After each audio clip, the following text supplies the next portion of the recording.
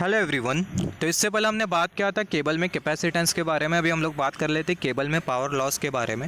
तो केबल में हमें अलग अलग टाइप के पावर लॉस मिलते हैं, जैसे कि डाइलेक्ट्रिक पावर लॉस हो गया, शीट लॉस हो गया, आई स्क्वायर लॉस हो गया। तो ये सारे लॉसेस के बारे में हम लोग बात करेंगे।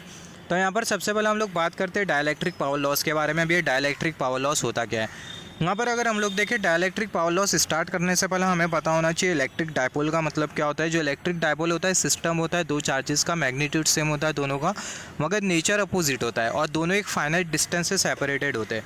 यहाँ पर अगर हम लोग देखें, यहाँ पर ये प्लस क्यू और यहाँ पर ये माइनस क्यू दोनों चार्जेस है और दोनों जो चार्जेस है ये डी डिस्टेंस से सेपरेटेड है। और यहाँ पर ये जो सिस्टम है, ये जो कॉम्बिनेशन है, इसी को हम लोग बेसिकली बोलते हैं इलेक्ट्रिक डायपोल। इलेक्ट्रिक डायपोल को हम लोग कुछ इस तरीके से भी शो करते हैं, यहाँ पर ये प्लस और ये माइनस, तो हमें क्या मिल गया, इलेक्ट्रिक डायपोल।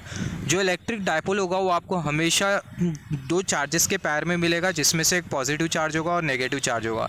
इलेक्ट्रिक डायपोल पैर होता है या फिर आप बोल सकते हो कॉम्बिनेशन होता है, एक पॉजिटिव चार्ज और एक नेगेटिव चार्ज का। दोनों का मैग्नीट्यूड सेम होता है मगर नेचर अपोजिट होता है। तो यहाँ पर अगर हम लोग देखें, यहाँ पर हमें हमारे केबल में बेसिकली कौन सा करंट फ्लो होता है, ऑल्टरनेटिंग करंट फ्लो होता है। तो ये ऑल्टरनेटिंग करंट के फ्लो की वजह से होता क्या है, ऑल्टरनेटिंग इलेक्ट्रिक फील्ड जनरेट होती है, राइट। तो यहाँ पर ये ऑल्टरनेटिंग इलेक्ट्रिक फील्ड जनरेट होती है। ऑब्वियसली ये जो इलेक्ट्रिक फील्ड का जो डायरेक्शन होगा वो भी वेरी करेगा। यहाँ पर अगर हम लोग देखें पॉजिटिव हाफ साइकिल है, बेसिकली होता क्या, ये ऑल्टरनेटिंग इलेक्ट्रिक फील्ड की वजह से ये जो इलेक्ट्रिक डायपोल होते हैं वो अपनी ओरिएंटेशन को बार बार चेंज कर रहे होते हैं। ओरिएंटेशन को चेंज कर रहे होते हैं, इसका मतलब ये जो इलेक्ट्रिक डायपोल है उसको हमने यहाँ पर कॉपी पेस्ट किया। पॉजिटिव हाफ साइकिल में होगा क्या, यहाँ पर ये जो पॉजिटिव हाफ साइकिल में ये जो इलेक्ट्रिक डायपोल है वो ऊपर की तरफ थोड़ा उठ जाएगा। Just as a rough example assume करते हैं तो हमें जो फिगर जो मिलेगी वो हमें कुछ इस तरीके से मिलेगी। फिर नेगेटिव हाफ साइकिल में होगा क्या, ये जो इलेक्ट्रिक डायपोल है इसका जो ओरिएंटेशन होगा वो हमें कुछ इस तरीके से मिलेगा। ये वाला जो पार्ट है वो नीचे की तरफ चले जाएगा। तो पॉजिटिव हाफ साइकिल में इलेक्ट्रिक डायपोल ऊपर की तरफ जा रहा है और नेगेटिव हाफ साइकिल में ये जो इलेक्ट्रिक डायपोल है वो नीचे की तरफ जा रहा है। तो ये जो ऊपर की तरफ जा रहा है और नीचे की तरफ जा रहा है, इसी को ही हम लोग बेसिकली बोलते हैं ओरिएंटेशन चेंज।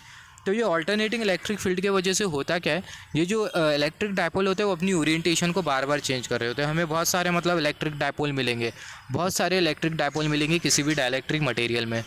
तो ये ऑल्टरनेटिंग इलेक्ट्रिक फील्ड की वजह से होता क्या है, ये जो इलेक्ट्रिक डायपोल होते हैं वो अपनी ओरिएंटेशन को बार बार चेंज कर रहे होते हैं। और ये ओरिएंटेशन चेंज करने में थोड़ी बहुत एनर्जी का मतलब लॉस हो जाता है, जिसको हम लोग बेसिकली बोलते हैं डाइलेक्ट्रिक लॉस।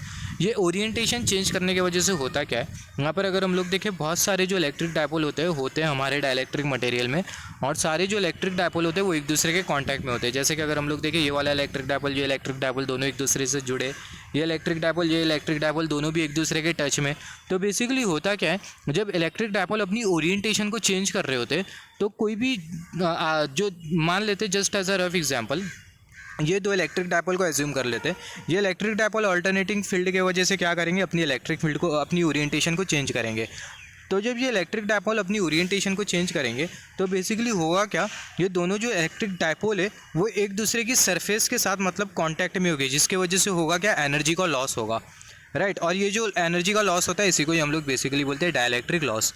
हम लोग ऐसा बोल सकते हैं इलेक्ट्रिक डायपोल अपनी ओरिएंटेशन को चेंज कर रहे होते बार बार ऑल्टरनेटिंग इलेक्ट्रिक फील्ड की वजह से, और ये जो इलेक्ट्रिक डायपोल होते हैं वो एक दूसरे के कांटेक्ट में होते हैं, जिसके वजह से होता है कि ओरिएंटेशन चेंज के टाइम फ्रिक्शन एग्जिस्ट करने की वजह से एनर्जी का लॉस हो जाता है, जिसको हम लोग बेसिकली बोलते हैं डाइलेक्ट्रिक लॉस।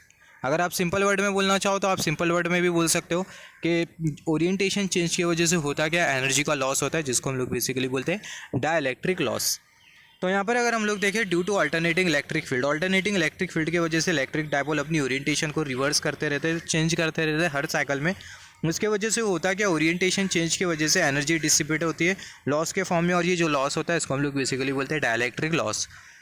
डाइलेक्ट्रिक मटेरियल का एक फाइनाइट रेसिस्टेंस होता है और वो रेसिस्टेंस की वजह से भी डाइलेक्ट्रिक लॉस क्रिएट होता है। यहाँ पर अगर हम लोग देखें dielectric loss also occur due to leakage current in dielectric.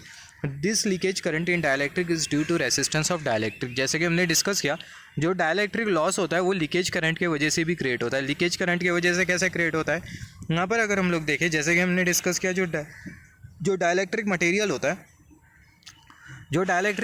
होता है उसका एक फाइनाइट रेसिस्टेंस होता है, और वो रेसिस्टेंस की वजह से लीकेज करंट फ्लो होता है, और वो लीकेज करंट की वजह से डाइलेक्ट्रिक लॉस जनरेट होता है। तो डाइलेक्ट्रिक लॉस आपको दो रीज़न की वजह से मिलेगा। सबसे पहला अपना orientation change of electric dipole, और दूसरा जो रीज़न हमने जो डिस्कस किया, दूसरा जो रीज़न है वो है लीकेज करंट। क्यों लीकेज करंट, क्योंकि डाइलेक्ट्रिक जो मटेरियल होता है उसका फाइनाइट रेसिस्टेंस होता है।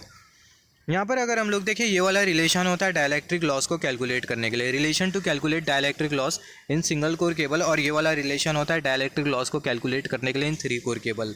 यहाँ पर अगर हम लोग देखें दोनों में हमें जो डेल्टा जो दिखाई दे रहा है बेसिकली होता है लॉस एंगल, और जो टेंजेंट ऑफ डेल्टा होता है ये बेसिकली होता है लॉस टेंजेंट। अभी हम लोग कुछ कंपैरिजन कंसिडर कर लेते हैं, just wait for a second. हम लोग कुछ कंपैरिजन कंसिडर कर लेते हैं, मतलब कुछ पैरामीटर से, वो पैरामीटर्स के रेस्पेक्ट में हमें कंपैरिजन देखना है। Just wait. हाँ तो यहाँ पर अगर हम लोग देखें, यहाँ पर हमने पैरामीटर्स कंसिडर किया है, just wait for a second. यहाँ पर ये पैरामीटर, और यहाँ पर ये डाइलेक्ट्रिक लॉस, और यहाँ पर ये शीट लॉस, और यहाँ पर ये आई स्क्वायर लॉस। तो पैरामीटर में हम लोग कंसिडर करेंगे जब हम लोग केबल की लेंथ को इंक्रीज़ करेंगे तब क्या होगा, और फ्रीक्वेंसी को इंक्रीज़ करेंगे तब क्या होगा, जब करंट को इंक्रीज़ करेंगे तब क्या होगा, और HVDC सिस्टम में क्या होगा। यहाँ पर अगर हम लोग देखें डाइलेक्ट्रिक लॉस, शीट लॉस, और यहाँ पर ये आई स्क्वायर लॉस। जब हम लोग लेंथ को इंक्रीज़ करते हैं तो जो डाइलेक्ट्रिक लॉस होता है वो क्या होता है, इंक्रीज़ करता है। जब हम लोग लेंथ को इंक्रीज़ करते हैं तो जो शीट लॉस होता है वो भी इंक्रीज़ करता है। यहाँ से आपको कॉम्पिटेटिव एग्जाम में क्वेश्चन आ सकते हैं। When we increase the length of cable, then dielectric loss will increase और decrease, तो आपको लिख के आना होगा इंक्रीज़।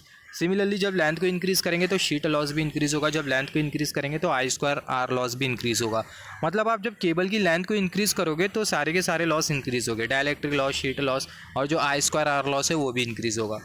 सिमिलरली फ्रीक्वेंसी इंक्रीज़ करने पर भी तीनों लॉसेज इंक्रीज़ हो गए, राइट। सिमिलरली करंट इंक्रीज़ करने पर जो डाइलेक्ट्रिक लॉस होगा वो तो कांस्टेंट होगा, राइट। डाइलेक्ट्रिक लॉस कांस्टेंट होगा, मगर जो शीट लॉस होगा वो इंक्रीज़ करेगा, और जो आई स्क्वायर लॉस है वो भी इंक्रीज़ करेगा। यहाँ पर अगर हम लोग देखें करंट इंक्रीज़ करने की वजह से डाइलेक्ट्रिक लॉस क्यों कांस्टेंट होगा, क्योंकि अगर हम लोग देखें जो डाइलेक्ट्रिक लॉस है वो इलेक्ट्रिक फील्ड, जो AC इलेक्ट्रिक फील्ड है उसकी फ्रीक्वेंसी के ऊपर डिपेंड करेगा। क्योंकि अगर फ्रीक्वेंसी अगर ज़्यादा होगी तो ऐसे केस में जो ओरिएंटेशन चेंज का जो रेट होगा वो ज़्यादा होगा। ज़्यादा स्पीड से डायपोल अपना ओरिएंटेशन चेंज करेंगे जिसके वजह से ज़्यादा एनर्जी का लॉस होगा।